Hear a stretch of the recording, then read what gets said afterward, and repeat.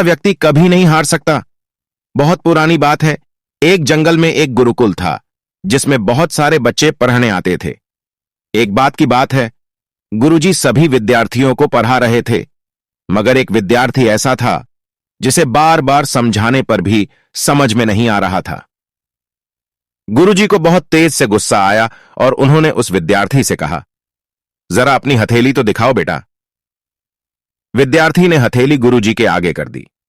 हथेली देखकर गुरुजी बोले, बेटा तुम घर चले जाओ, आश्रम में रहकर अपना समय व्यर्थ मत करो, तुम्हारे भाग्य में विद्या नहीं है। शिष्य ने पूछा, क्यों गुरुजी? गुरुजी ने कहा, तुम्हारे हाथ में विद्या की रेखा नहीं है। गुरुजी ने एक होशियार विद्यार्थी की हथेली उसे दिखाते हुए कहा, यह देखो, ये है विद्या की रेखा, यह तुम्हारे हाथ में नहीं है, इसलिए तुम समय नष्ट ना करो और घर चले जाओ और वहां अपना कोई और काम देखो। यह सुनने के बाद उस विद्यार्थी ने अपने जेब से एक चाकू निकाला जिसका प्रयोग वह रोज सुबह अपनी दातुन काटने के लिए करता था। उस चाकू से उसने अपनी हाथ में एक गहरी लकीर बना दी। हाथ में खून बहने लगा। तब वह गुरुजी से बोला, मैंने अपने हाथ में विद्या की रेखा बना ली है गुरुजी। यह देखकर गुरुजी द्रवित हो गए और उन्होंने उस विद्यार्थी को गले से लगा लिया।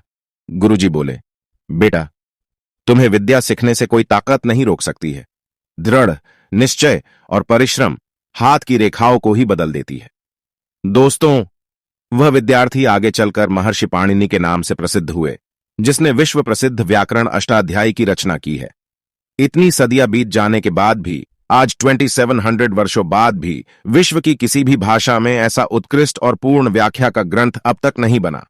तो दोस्तों, इस कहानी की शिक्षा यह है कि लोग चाहे जो भी बोले, हम हर एक को गलत साबित करते हुए अपनी लागन और कठिन परिश्रम के दम पर जो चाहे वो सब कुछ हासिल कर सकते हैं।